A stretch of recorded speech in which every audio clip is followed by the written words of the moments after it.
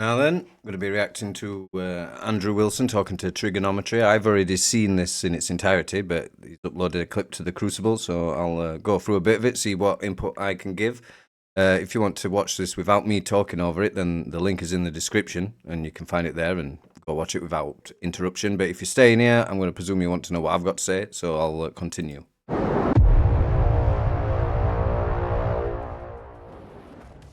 Do you call yourself a Christian nationalist? Is that your... I would say Christian populist. Okay. Christian nationalism is often conflated with forms of ethno-nationalism, and people do use it as a cloak for ethno-nationalism. Yeah, I've noticed that as well, because I'm not an ethno-nationalist. I don't mind admitting that.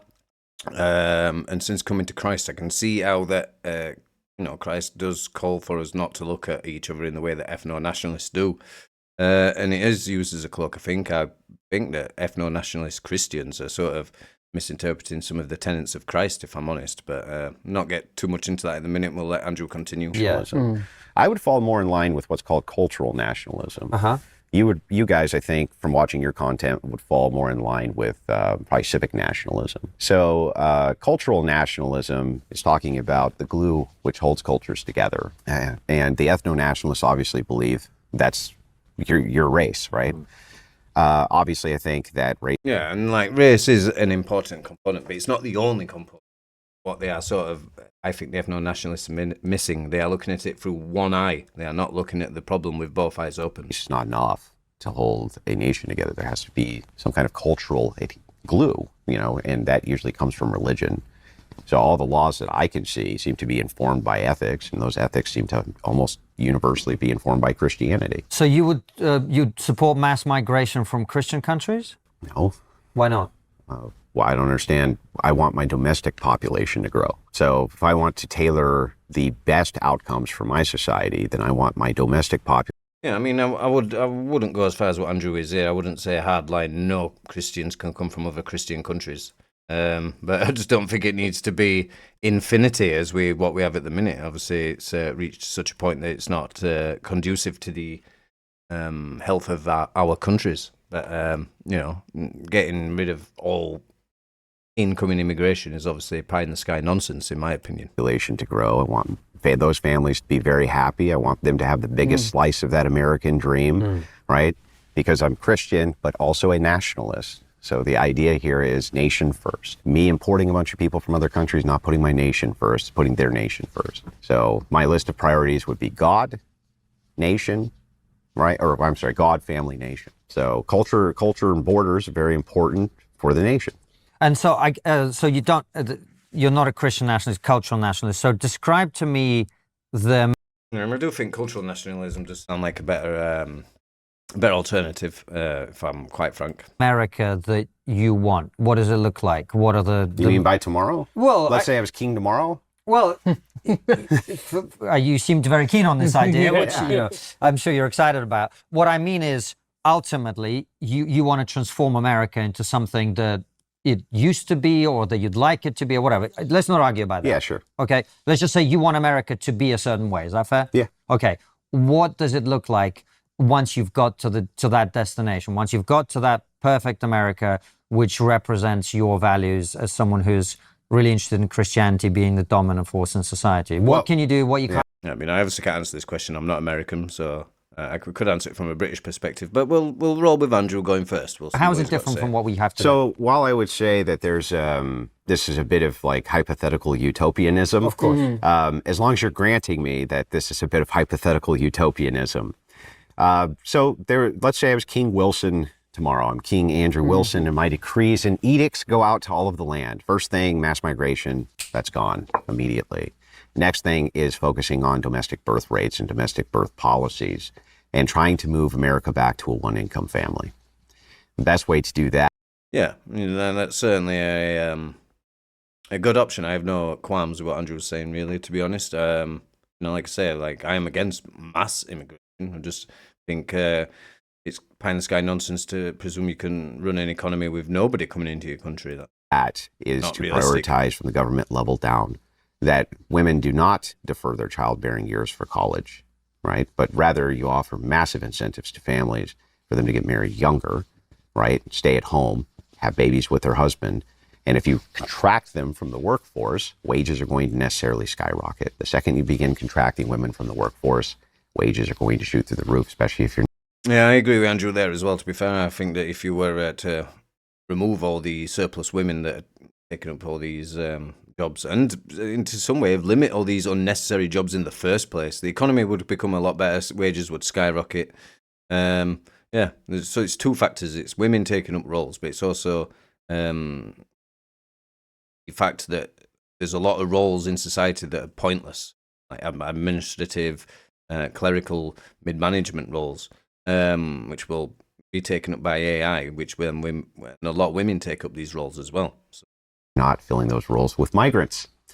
So those would be some of the very first policies that I would put in place. I'd ban marriage. I'd put in some kinds of laws which had dominion over the airwaves when it came to degeneracy, right? Meaning, I don't think you should turn on Fox or, Channel 32 and see naked women. I don't think that that's good for the public. I don't think it's particularly useful. I would probably outlaw smartphones, put age restrictions on smartphones, probably till you were like 18 years old. There would be some pretty restrictive things. Yeah, it's one of the worst things ever that so many parents just caved into the children and gave them smartphones at such young ages. Without knowing it, the anything for an easy life mentality is sort of, don't want to say doomed people's children, but you have given them a lot of issues that they otherwise wouldn't have had you not given them the smartphone, in my personal opinion. That I would put in place, but they would also maximize human ethical flourishing, right? The idea here is like, why do kids need to be looking at smartphones and training their brain towards smartphones? It's been terrible for them. No, we just did recorded an episode on it. Well, several actually. So I agree with you on that. And is it important to you that outcome is arrived at democratically? That like you persuade half the country that this is the way to be? So ultimately, the views of what's best for the nation, that's what... I mean, I don't know, I can't remember if Andrew takes it this way or not, but I do think as a Christian now that if the majority of people understood that the Christian moral set is the correct one and God has already set out for us how to live, then it would kind of fall in line. I think atheism has played a big part in why we've got into this mess that we're in. What's going to be first and foremost in my brain, right? Yes, the religious aspect, it's always going to be God first, but from like the things that I can do something about, it's going to be from the national level. The nation that we have is a checks and balance based republic. So obviously I'm going to work within the confines of that in order to make as many compelling and convincing arguments and as many compelling and convincing things I can possibly do to move people towards this view. But remember, the problem with democracy, the big hole in it, is you can democratically remove it. So you can vote out democracy. It's built in right in. Yeah. I mean, I would also, just a counterpoint, I would say that the reason nobody's voted it out would prove to some degree that it's something that humans like to keep. But then you could also look at it from the point of view of is that if the elites want to keep us subservient, would they just keep the appearance of a working democracy and completely cut us out from it, but it appears to be working, and that's why we never get to chance to vote it out anyway. But then I'm still not even convinced that a lack of democracy and a sort of Hobbesian type Leviathan would solve all the problems. I think it would be better. That's what like Rupert Lewis is sort of representing, an almost Hobbesian force potentially entering British politics, but yeah, I just don't think there's any magic wand we're going to wave here and going to get a magic solution. But there's obviously positive steps we can take in the correct directions to democracy to be able to do that. And the most American thing you can do is to remove amendments and put in new amendments. We do it all the time, right? And is that what you'd prefer? You don't want America to be a direct democracy? I mean, I can't answer this question, but what would you like it to be? I would like it to be what it used to be at the beginning, which is a stakeholder democracy at the very least. What does that mean? It means you're either going to have like one household voting, right? So that we're not dividing. But then as well, I don't think Andrew gets into this, but are we going to say that you have to be a landholder as well, or do you not get a vote if you rent? That is potentially a missing component Andrew hasn't addressed. I mean, there's potentially a lot. He's talking broadly in this conversation with Constantine, so I'm not trying to catch Andrew out in anything he's saying here. Just give my sort of interpretation of how I perceive this conversation. Husbands and wives, because that's really stupid. Or it means that you're going to have some kind of stake in property, or perhaps 4 years of unpaid public service before you can vote. There has to be some skin in the game, in other words. I'd also raise the voting age, probably to 25, right? I think. Would women be allowed to vote?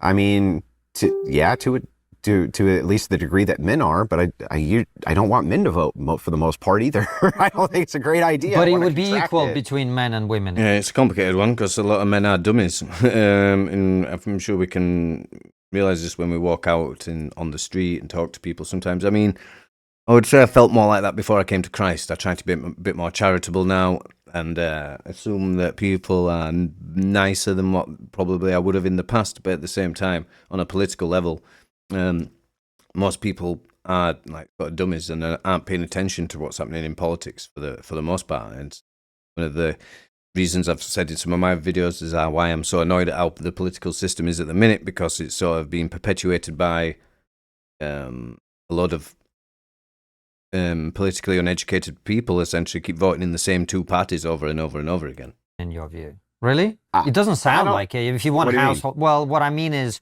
it sort of sounds like, well, forgive me if I'm misunderstanding this genuinely, you'd like people to get married and to vote as a household, which I imagine would kind of mean that the head of the family, which is the husband, would tend to decide that. And if a woman isn't married, presumably she wouldn't be getting a vote partly for that reason. Yeah. Is that fair? Sure. Okay. Yeah, what's wrong with that system? Sounds great. I'm just interested in explaining. Yeah, I mean, it's worth trying out. I think this is the system we've got at the minute is just causing havoc, to be honest. Well, it sounds great to you. I'm just interested in. The thing is like, it's really hard. It's really difficult. When people think of things like, what's the argument against this? This is an immutable character. How could you argue that shouldn't be able to vote or that men shouldn't be able to vote? It's like, well, at our founding, they could not vote. Well, at your founding, as you said yourself, you had slavery, right? So things do change over time. Sure, but the thing is like... Sometimes in a good direction. Sure, and sometimes in a bad direction. Oh, absolutely. So the thing is like, the idea that they had there was that most men couldn't vote. There was no universal suffrage for men, including slaves, right? For the most part, were men. And yeah.